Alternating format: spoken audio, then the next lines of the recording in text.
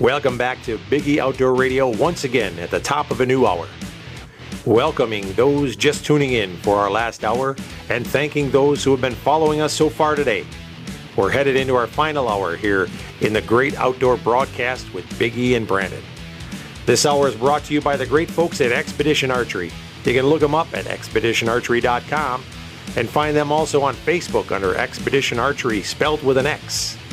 They're the makers of the Eccentric and the Perfection bows. If you're looking for a quality new bow and want performance, smooth shooting, balance, and dependability, Expedition has all the other bows beat hands down. You have to shoot one for yourself to see what we're talking about.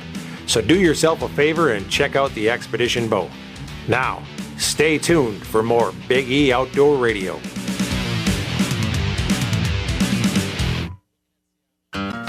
Hey, it's deer season, and some of us don't have the best hunting shack. But if you go see our friend Denny at the Shed Shop in Anawa and Shawano, you can find the perfect little cabin, shed, or even a deer blind. Denny at the Shed Shop has the best little buildings in the Northwoods, all made with the quality of the Mennonites. So check out the Shed Shop today. Give Denny a call at 715-584-3054. The Shed Shop.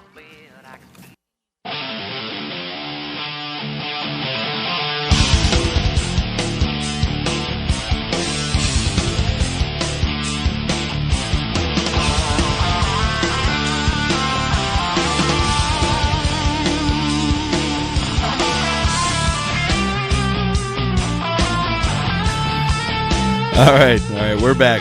Welcome back to Biggie Outdoor Radio. Brandon, you were just talking about some blue ice, and this isn't something that you'd buy that actually keeps your beer colder. No. Right. No. Okay. No. Head for the blue ice topic. Let's hear it. Well, it's not a huge topic. There's not a lot to read there, but apparently I was. It's not a safe ice, obviously. No. Well, I was on Outdoor News, just kind of scanning things, and found this topic on there. By the Mackinac Bridge in Michigan, there's a bunch of blue ice that's piling up, and it's only the ice that's piled up is blue, and it's apparently what happens is the snow and the ice compresses, and the bubbles escape. The compressed, the air bubbles or whatever escape, which allow for larger ice crystals, and you get the blue ice that's piled up there on Lake Michigan. Every dang. Yes. So you don't want to drive across blue ice, basically. Well, no. You know what? You wouldn't really want to drive across any ice right now. And Zach and I were riding around yesterday up north, and we seen some people sitting out there. And I mean, it was up to 52 degrees yesterday. Yeah. And there's people sitting on the lake in puddles of water. And I understand there's probably still some pretty good amount of ice underneath that, but there's just something about I couldn't go out and sit on the lake in all of this water while it's melting. I just couldn't do it. And they're sitting out there fishing, and I wouldn't be on the lake right now. No, it's about time you agree with me on that. This weather's way too warm for that guy. Well, no. I mean, that's just it. You know, now that it's warming up, no, you won't catch me on the ice. No. I don't care how much ice there is. You can tell me there's still 2 feet. If it's 50 degrees out, I'm not going on the ice. Let's talk about invasive and non-native species for a while. Okay. Because that term gets used a lot by people when they want to complain about certain things. Obviously, the Asian carp. Yeah. Oh yeah. And rightly so. That's an invasive species that is causing us some harm. The flying Asian carp. Yeah. Them are fun to shoot at with a bow. We got to try that. Not to be confused with the flying chicken, because that's something totally different. But there's the... We're not going to talk about no. that. Yeah. I did know a girl, though. No, I'm not going to be. But wild hogs, feral hogs, invasive species, grew into a bigger problem, and now all of a sudden is becoming an income source. Hey, did you know that I'm not going anywhere with this, but I just kind of a topic that, not a topic, but a fact that popped into my head when you mentioned that. What? A hog will leave a rub on a tree just like a buck. Oh, yeah, definitely. If it can get out. Yeah, definitely. Yep. Hogs, they itch on it. Yeah. Yep. Yeah. Are wolves considered a... So that's as far as I was going with that. An invasive species? No, an invasive species. Zach asked if wolves were considered an invasive species. Okay, here it is. This is by the U.S. Fish and Wildlife or something. I would guess. I don't know. Anyway, here's an invasive. Department of Agriculture, USDA. The difference between invasive and non-native plants and animals. An invasive species, plant animals or pathogen that are non-native to the ecosystem under consideration and whose introduction causes or is likely to cause harm. Now, as far as a lot of us would define that, we would say that the wolf is definitely an invasive species. Mm-hmm. But it's actually not. Then there's the non-native species. And there are species that have been introduced or expanded into new areas that have not historically been part of their native range, but they're not necessarily harmful. And the wolf actually would not be one of those either. No, because this used to be the wolf's territory. Yeah, this used to be. So there's a reintroduced, non-wanted species. But when we think of invasive species, we think about that, what is it, that lamprey thing, that leech deal or whatever, that little thing, that fish sucker that Lake Michigan had a problem with. And then we got the Asian carp, and we got the zebra mussel. Is that what they're making you wash the boats down from? Is that what the whole minnow thing, where you can't transport your minnows from one lake to another? What's that about? Control. See, you can tell I'm actually not up on the fishing. It's about control. Fishing laws. No, there's reasons for it. It even says rabbits, feral goats, rabbits, things like that. Rabbits, huh? Right. But we got to be careful about condemning all these things. And this is where, when we talk about laws being passed and hunters not thinking when they look for things.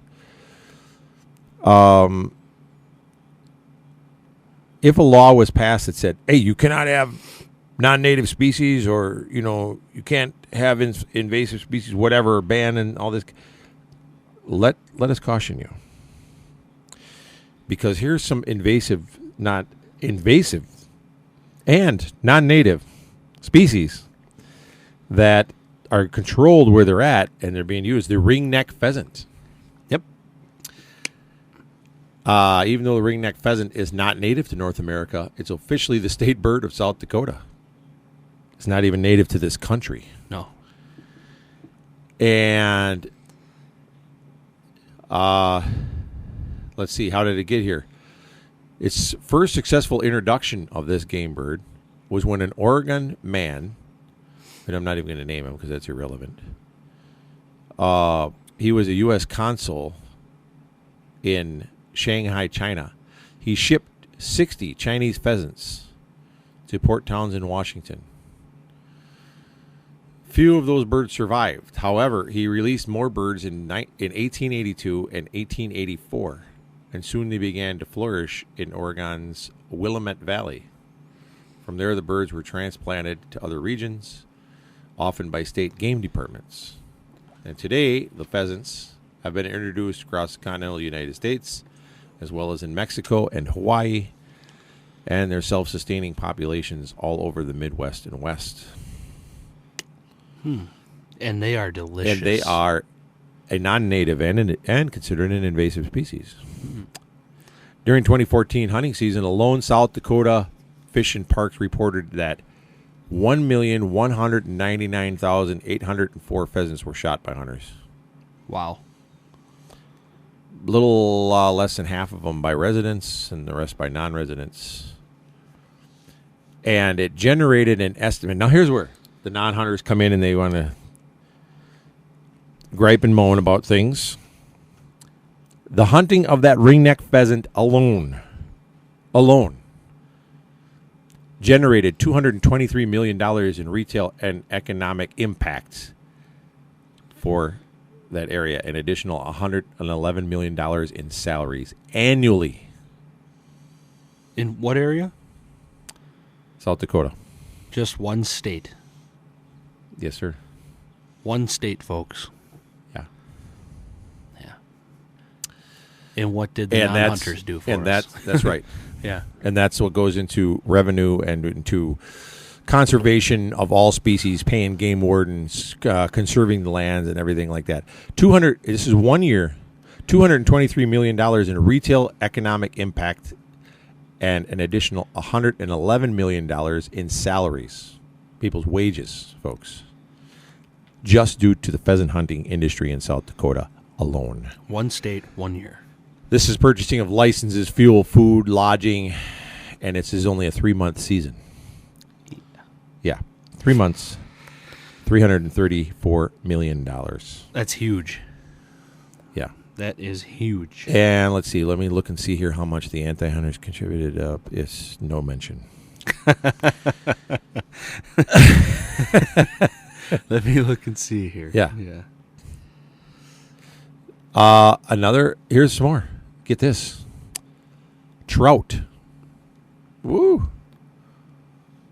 Considering what deforestation and pollution have done to native trout populations in North America in the 18th and 19th centuries, it isn't surprising that some fishermen decided to transplant European brown trout into our lakes and streams.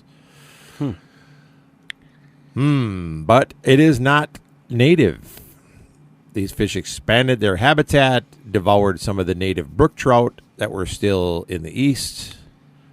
So you see, the brown trout, it's awesome that we can fish them, but they did do damage because they became predators of some of our native species and things like that. So that's what happens a lot of times. You don't think about. It's kind of like that Asian ladybug beetle thing that we got going on here. You know, you bring it over here thinking, oh, it's going to eat the tree aphids. Yeah, but what's going to eat it? Yeah. So the brown trout and trout, that's definitely. Though brown trout and rainbow trout now reign supreme in New York's, from New York to Michigan and everywhere in between, they have taken a toll on the cutthroat and brook trout. So here's another one that you probably didn't know about, Brandon. Yeah. Another invasive species in the fish world, the largemouth bass.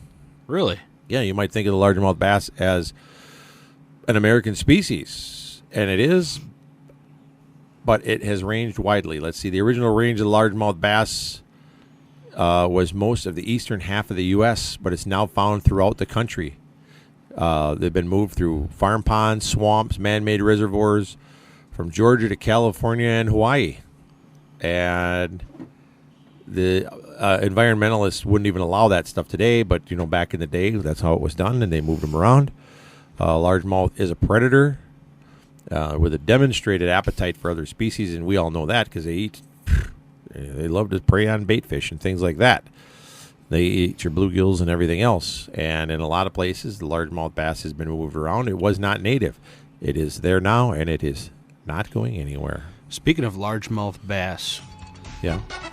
I'll tell you when we come back. Let's come back. We'll talk about the largemouth when we come back. Yeah.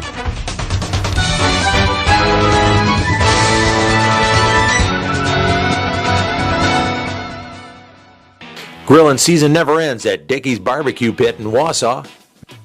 Meats are seasoned and slow smoked in hickory wood burning pits on site daily. Buy it as a meal or buy it by the pound. Takeout's available.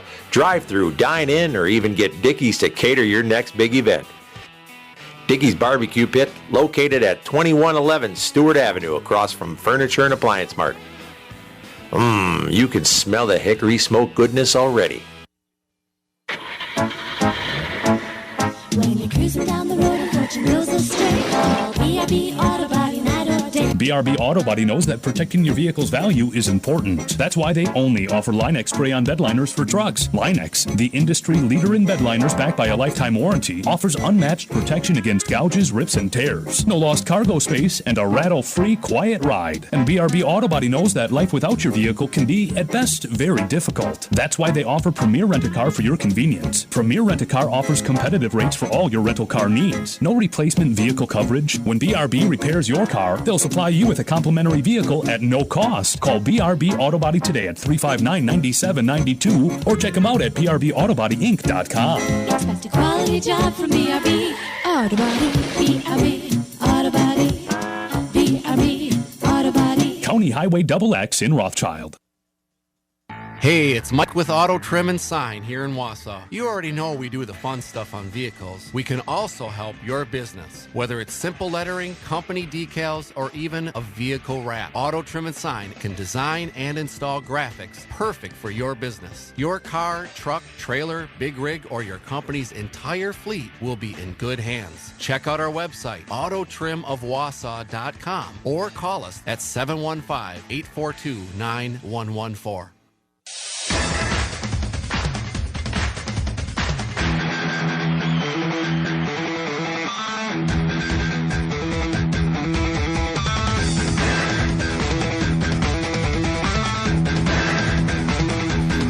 All right, folks, and we're back.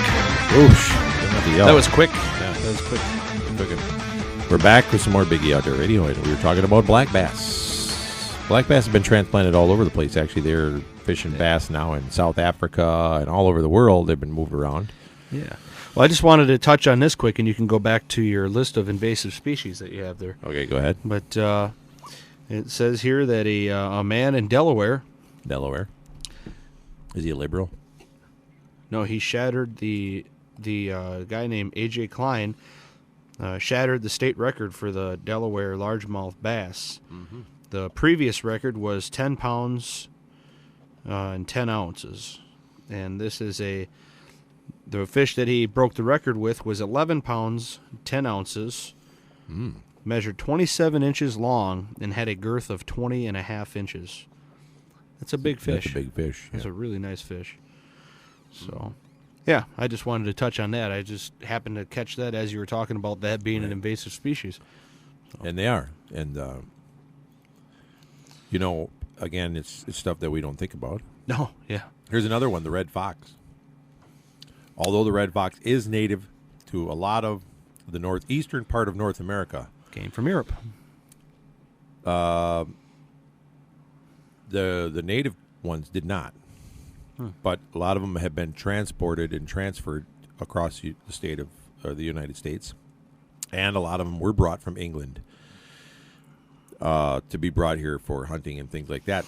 However, the English version didn't do so well. Those red foxes seem to have didn't do a good job of passing on their genes, and they're pretty much gone.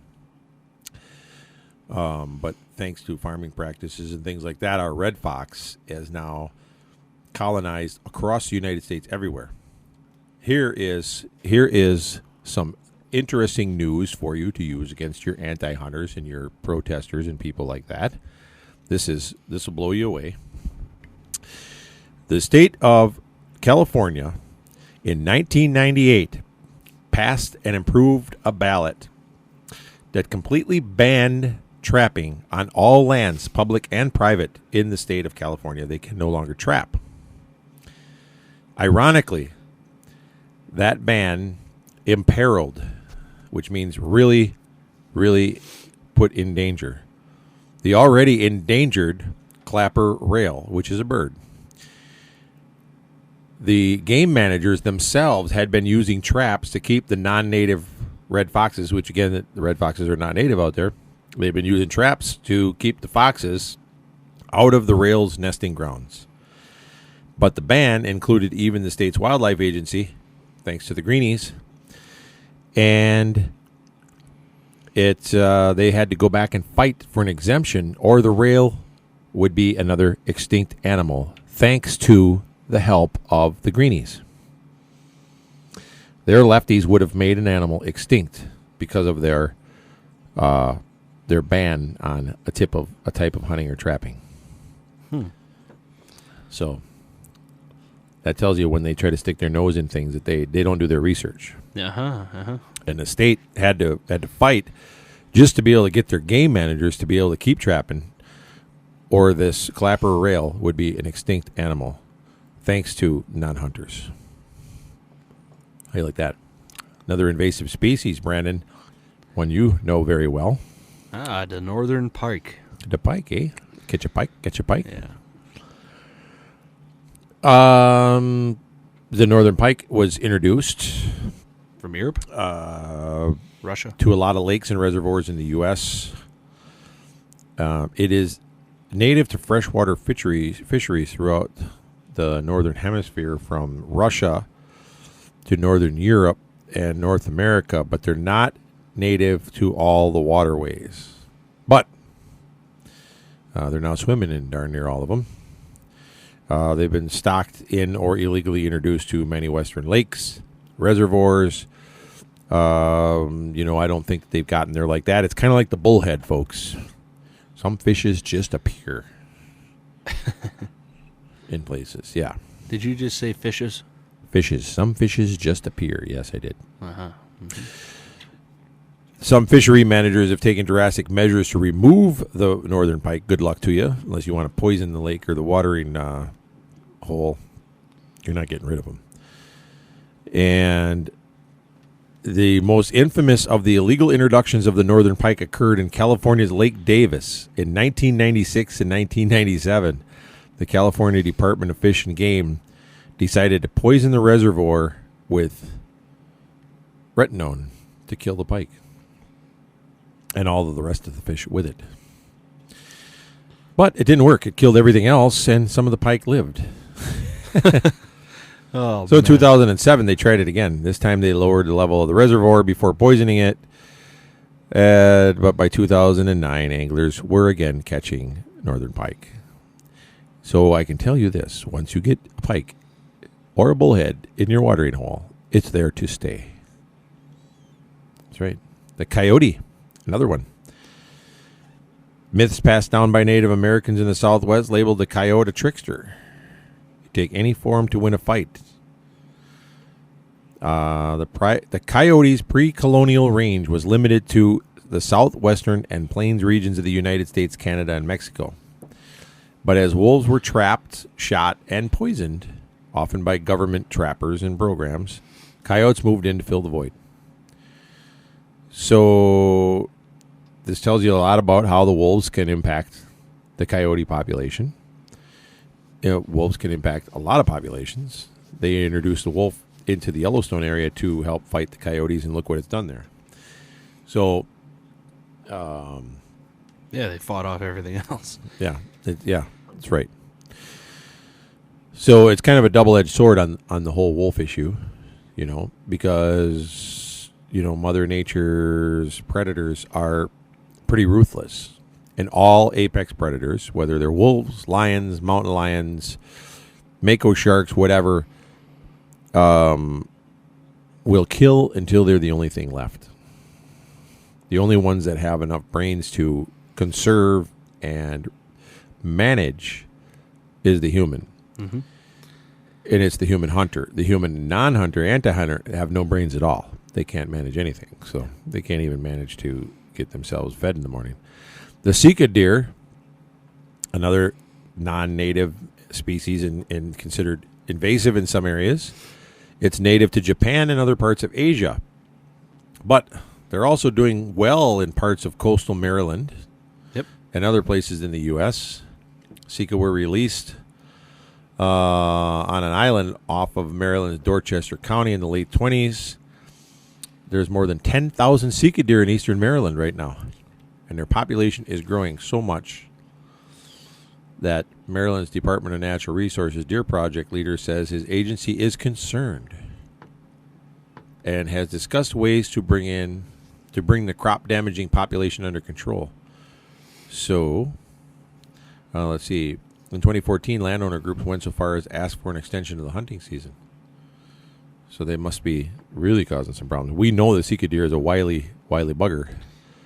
And we know that they're actually roaming around Wisconsin, too, because there was one hit in, 2014 by Wisconsin Rapids on the road. Came off of a game farm, yes, but it came off of a game farm a long way from there.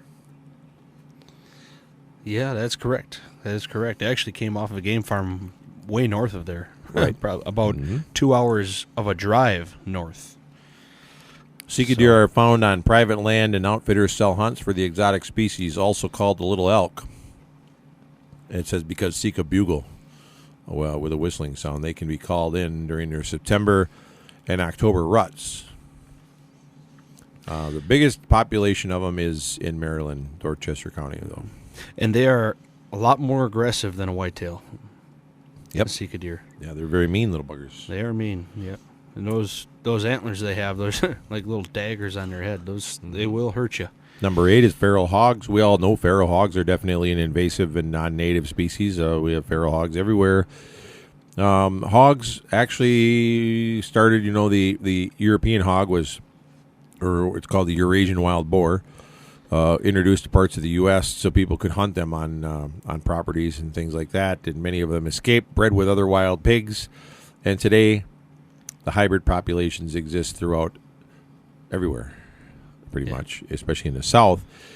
And even the wild pig itself that was out there came from, like when the Spanish and them had pigs and they were raising them without fences and stuff, and they just got away. I mean, it's, in the early settler days, it's kind of how that all got started. And pigs are very versatile and adapting to their environment, but they're also quite dangerous as far as what the damage that they can do. And they're impossible to control. They breed so fast and so much at one time. They breed like pigs. Yeah.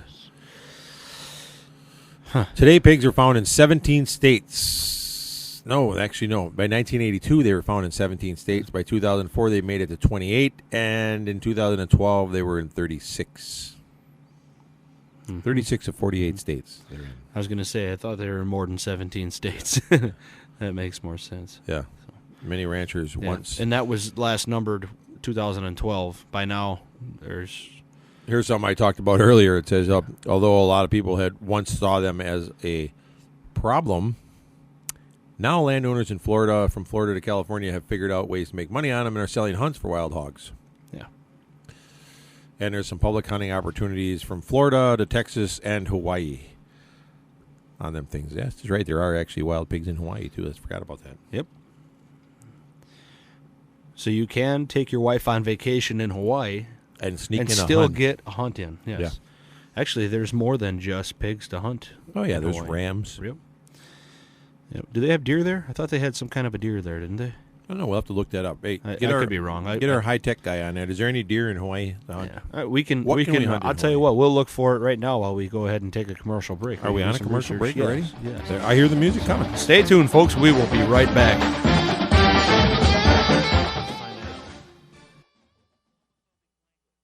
It's the ultimate tailgate event. Your chance to score. Big savings at Stark GM of Merrill. Last month, Stark finished 22nd in GM certified sales in the entire United States of America. So if you're looking for a GM certified pre-owned, Stark is the place. Find 30 certified pre-owned cruises starting at $9,995 or $149 a month. Choose from 14 GM certified Chevy Impalas starting at $12,988 or $196 a month. Or lease a new 2015 Chevy Cruze, just $69 a month. And Stark is your truck headquarters. And that's why you can save up to $11,000 on select 2015 crew cabs. Hurry! This ultimate tailgate event ends soon at Stark GM of Merrill and Highway 51 in Kew. Or visit us at starkmerrill.com. Plus tax and license fees. Cruise selling price $99.95, $149 a month, 0 down, 72 months, 3.49%. Impala selling price $12,988, $196 a month, 0 down, 3.84% APR, 75 months. With approved credit, 24-month lease, 10,000 miles a year, $44.50 in rebates included. Must currently lease a non-GM vehicle. While supplies last. See dealer for details. Based on August GM certified pre-owned sales in the country. Looking for the perfect gift for your hunter? How about some hydrographic dipping? Check out Adrenaline Hydro down at the Cedar Creek Mall. They're located in the Big E Outdoor Museum and Pro Shop. You'll find the hydrographic solution to all your needs. Let Adrenaline Hydro put a custom look on your gun stock, deer skulls, bar glasses, car and truck rims, or even put a graphic design on the entire interior of your car or truck. Come see us for a deer season special. Bring us your deer head, uncleaned, and we'll beetle clean it and dip it with your choice of over 1,000 different patterns for only $125 for the whole package. Get on down to Cedar Creek Mall and grab a gift certificate for this now before the special ends. That's Adrenaline Hydro down at the Cedar Creek Mall, located in the Big E Outdoor Museum and Pro Shop.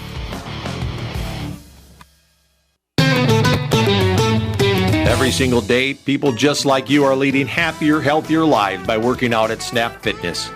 With 2 locations, one in Weston and one in Wausau across from Fleet Farm, the hardest part of getting into shape is just walking into gym for the first time. So don't wait any longer. Head on down to the best deal in town and the best atmosphere you'll find for getting into shape. Trained professionals at Snap Fitness make them the perfect choice over any other fitness center in the area. Snap offers fitness classes, professional trainers, and the best equipment around.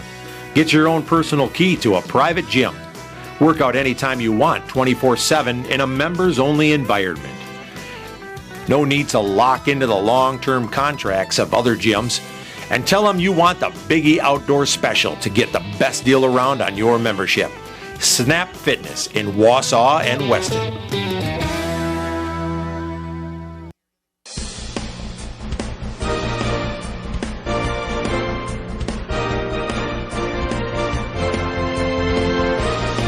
We're back with some more Biggie Outdoor Radio with our signature welcome back trumpets and stuff. And I mean, it's the Biggie Outdoor Band is in here playing this morning.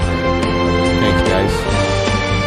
Paul Schaefer and the orchestra for the Biggie Outdoor Band. All right. What did you just say? Our orchestra. All right, guys. Thank you very much. All right, we're back. Did you just use the name of my old band instructor? Okay. Let's get on. Let's finish up before we get on to stuff in Hawaii.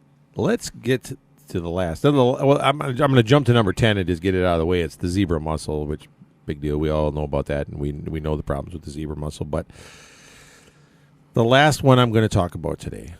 What do you suppose it is? An invasive and non-native species to many parts of the U.S. and the world. You wouldn't think about it. Sasquatch could be one, but actually... Unicorn. No. They haven't proved that a unicorn is a problem to anybody yet because they haven't even proved they can find one. Humans. Nope. Dogs. The white-tailed deer. Oh, really? Yes, sir. And this is a lesson, again, to anti-hunters. But it's very hard to give them a lesson because they're the kind of people that eat the books. They're so dumb. But anyhow, to the anti-hunters out there, a decade ago, people were worried about the white-tailed deer pushing the mule deer out of most of its range. Now, we know that didn't happen. It's a little less likely now. But here's how they became invasive, and here's also the lesson to the antis. And this is what the white-tailed deer is typically an edge type species. It's an edge species. So in other words, it lives in the edges of woods, along fields, things like that, suburbs, stuff like that. As the human has expanded cities, built into woods, cleared out things for farm fields, cleared out pieces of woods, moved up into the mountains with logging roads and things like that because we need timber to build things. All these things that the antis, they don't understand how hunting is needed to regulate animals. The only way for us to completely put the animals back in check and let Mother Nature take over would be the complete eradication of the human being from the planet. That is the only way. So that means you too, antis. And we'll actually start with you, since you're the ones volunteering. So, because humans are here and because of our need to live in houses and the need to have clothing on us and our need to eat, whether it's vegetables or meat, whatever you're eating out there, there is a need to hunt. Because what's happened is we've taken this edge creature, the white-tailed deer, and we've given it more edges. Because we've carved into the woods with logging roads and fields and places that have been, and the deer moves with that. Yeah. And then proliferates. Whew. I actually just got a headache even saying that word. I'm a little bit lightheaded. Hold on. Whew, look it up. But it has bred and done well because of the edges that we've given it, suburbs and parks and all these different places. And the white-tailed deer has expanded in its population. I mean, if you go back and ask our great-grandfathers and people like that, the white-tailed deer used to be of kind of a rare sighting. It wasn't even in Wisconsin. And people would be like, oh, there's there's a whitetail track, and they could follow it until they found the deer. Good luck trying to do that today. Even with the low deer herd that we have now, there's more deer than were here in the 1900s. I can tell you that, or early 1900s. So what's happened is that by the humans, by the way that we've spread around and we've cut down trees and things like that, the white-tailed deer has moved around with it and has just overpopulated and gotten into areas where it shouldn't have been. And that's why it's out there kind of pushing on the mule deer's habitat and a lot of other places. And now, it has become one of the most hunted animals in the world. And the most money is generated off whitetail hunting of any animal there is. So let's see, the most hunted and economically important big game animal in the United States and the world. They're the very fabric that connects more hunters with the outdoor lifestyle than any other. They provide more food, more fun, and more fascination, and more conservation funding than any other game species in the world. The backbone of hunting and conservation heritage for North America, the white-tailed deer. I would not have guessed them to be on that list. Yes, the whitetail is also native and non-native in parts of South America. And they've been introduced, so they are now non-native, but they are living in New Zealand, Cuba. So you can go to Cuba and smoke a Cuban whitetail. Cuba, Jamaica, Puerto Rico, the Bahamas, some countries in Europe, such as Finland, the Czech Republic, and Serbia. So people around the globe are getting the opportunity to hunt and eat venison today because of the spread of white-tailed deer. There's white-tailed deer in Jamaica and the Bahamas? Sure. I guess we're going to have to go check that out. Yeah. The Bahamas was in Jamaica. And yeah. So the white-tailed deer, by far, the most important hunting species in the world, but also it is an invasive and non-native species to many places.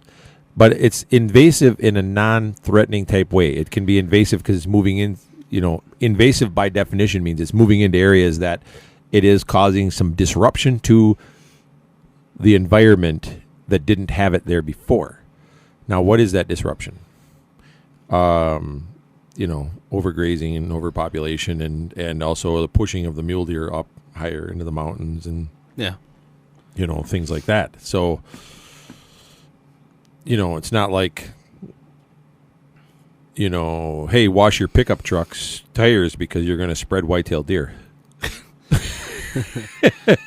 Like the zebra mussel. Yeah. Let's look under your truck. You could have a whitetail hanging under there. We want to make sure he doesn't hang on and head back for Wisconsin. If you hit them just right, you can spread them for at least a couple hundred yards. If you hit them hard enough, that's right. Yeah. I have spread a whitetail deer or two around. Yeah. So, Brandon, are there whitetail deer in Hawaii? It does not say so on this list that I found on the.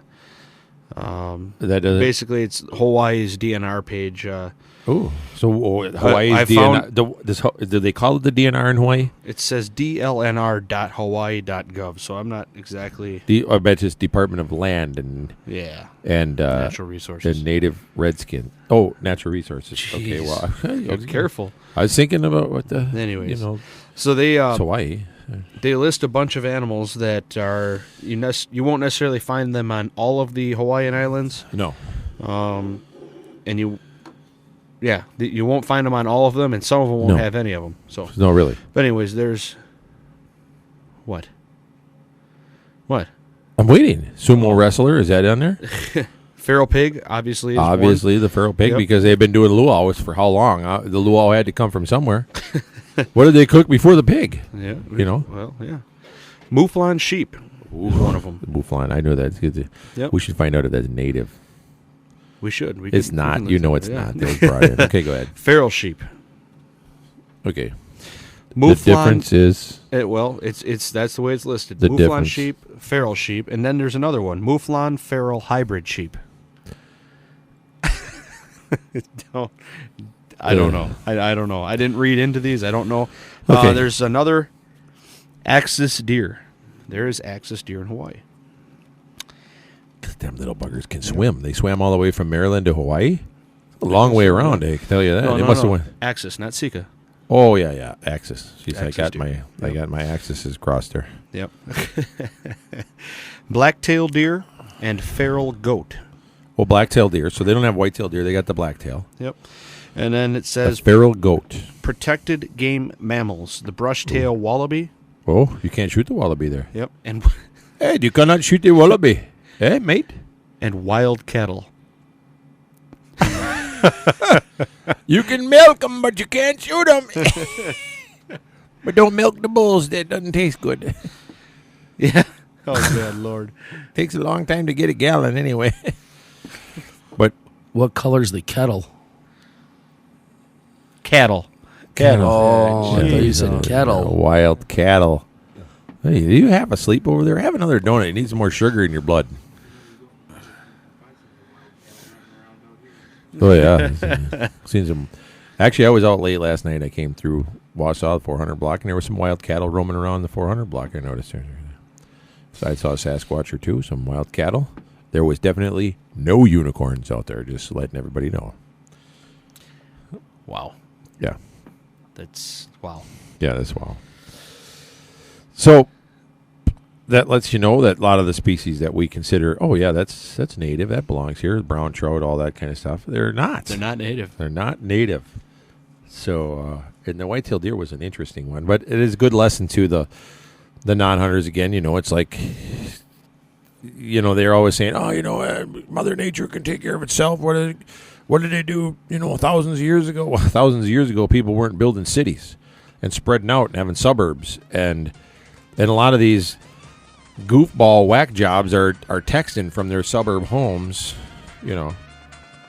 So we need to take a break. Is that it? Yeah, we're gonna take a break. Yep. It's not even doesn't even look like break time. But okay, fine. We'll be right back, folks.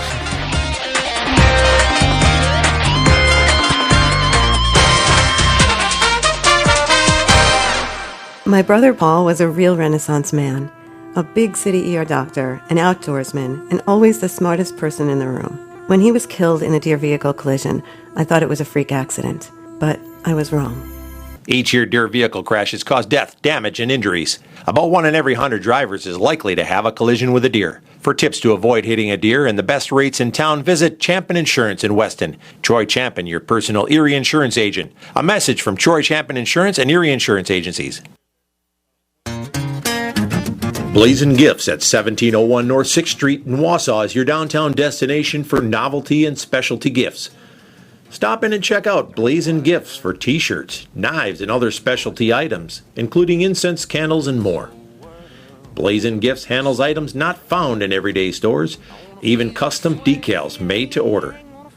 Check out Blazing Gifts at 1701 North 6th Street, downtown Wausau. Big E Outdoors, located at Cedar Creek, is reopening its doors soon after its new remodeling.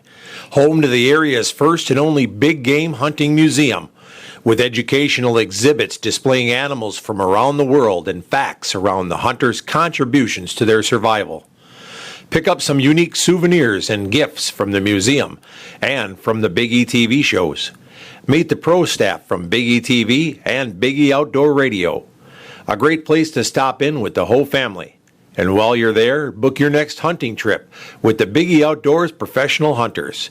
With over 21 personal hunting destinations worldwide, you'll be sure to find a quality getaway with the Big E Outdoors destinations. Big E Outdoors is also home to Adrenaline Hydrographic. Check us out online at BigEOutfitters.com and register to win a free hunt. Big E Outdoors at Cedar Creek. So this guy came into the store recently and he said, it's my 30th anniversary and I want to get something fine for my wife. I haven't bought her jewelry in a long time and it's time. Well, of course, we agreed and we helped him find a diamond bracelet that we were quite sure would blow her socks off. Well, a few days later, he came back into Jim Kreshock's, and we asked him, so did she like her bracelet? He looked at us and he smiled, and then he said, well, she liked it so much that she... And then he stopped smiling. She liked it so much that she... What? We said. Well, she liked it so much that she... And then he stopped again. And then we got it. So she's very happy, I said. And he nodded. And you're very happy, I said. And he nodded again.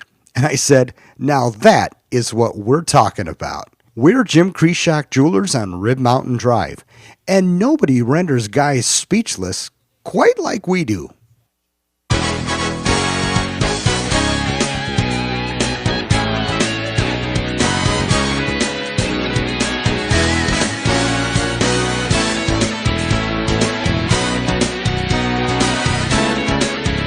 We're back for the last segment of Biggie Outdoor Radio. We're wrapping it up for today. And, Brandon, we were talking about Hawaii. Yeah. Yep. I was actually just looking on here to see if there was anything that I missed. But one good thing about hunting in Hawaii is, it can't really run too far, right? It's an island. Yeah, I guess. Yeah. I mean, yeah, they'd have to be really good swimmers. I mean, real good. Yeah. You were a good swimmer. So you got here, big guy. I was reading an article about what to do when a hit deer crosses the property line. Okay, there's the right and the wrong answer to this. Sometimes the wrong answer is the right answer, to be honest with you, and that wasn't a joke. Oh. Because sometimes you're hunting around places where there's other hunters and they understand, other property owners are other hunters, and they understand those kind of things happen. You bow hunt a deer, it's going to run, and you just track it down. Sometimes those property owners, even though they're hunters, are not. They're jerks. Yeah. Plain and simple.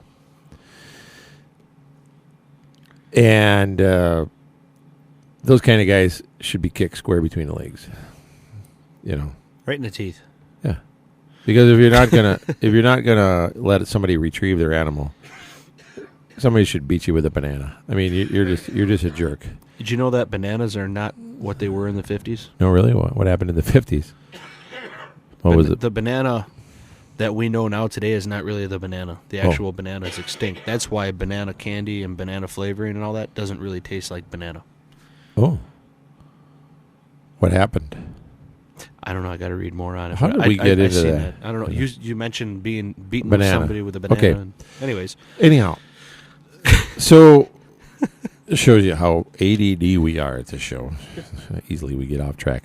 But what about the people that are hunting in suburban environments where you can bow hunt and things like that? I mean, some of these guys have a piece of land that's maybe 50 yards wide and 500 yards long. Their lots and things like that. It's virtually impossible to shoot a deer and have it stay on your land unless it runs the long way, and that doesn't happen all the time. So, it's going to go, and a lot of times in them suburban environments is when you get a lot of these, every other house might be full of a tree hugger or something like that. So, you're hunting, you're doing your thing to keep the population in suburbia down, which can be a big problem, and you also are doing something very legal. So there's, again, the right answer and the wrong answer. The right answer is, you make sure you talk to your neighbors ahead of time and get permission, and then if the animal goes, notify them and all that. And then the wrong answer is, don't make a big deal out of it. Retrieve your game any way possible, and don't let some anti-hunter screw it up for you. And don't get caught. So retrieve it at night.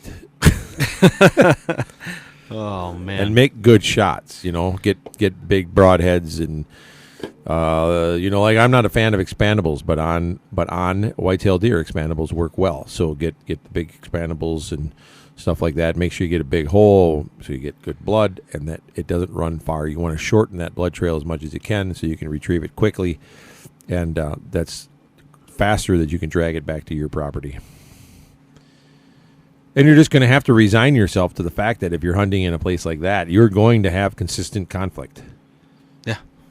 And, I mean, it doesn't say that in the articles, but I'm just telling you, that's the way it is. You're hunting in Chicago in the suburbs and you're bow hunting, you're going to have somebody complaining and crying and calling the cops on you every time they see you walking around in camo or dragging a deer or you following a blood trail. And you know what?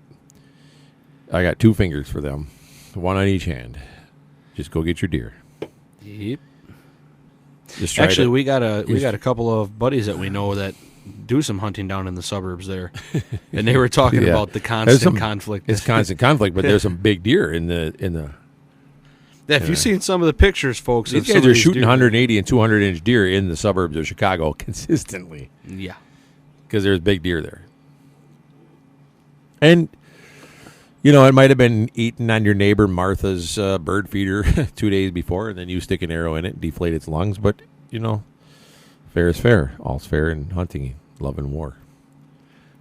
So if you're hunting in places like that, you're either going to have constant conflict or you're going to have to talk to the landowners. I think when they first wrote that article, they were intending the question to be headed toward people that own 20 or 40 acres or 100 acres hunting near the property line and the animal runs onto the neighbor's land.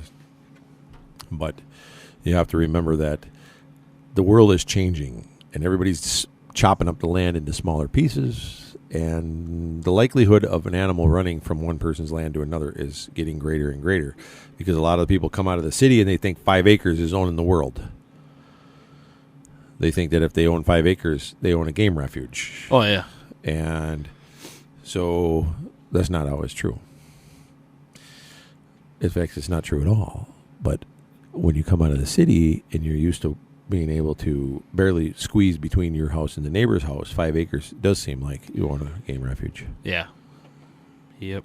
And you get a lot of that. You get a lot of people, especially in Wisconsin here, that, you know, get a lot of people travel up from Chicago, buy 5 acres of land, and then or they buy 20 and then sell off 15 in 3 other parcels to their buddies, and then next thing you know, they're all up there and they all got 17 four-wheelers and a bunch of campers in there, and then they wonder why there's no deer.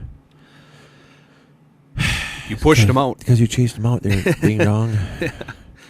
But that's just a city guy thing, you know. They don't really know a lot about living in the country.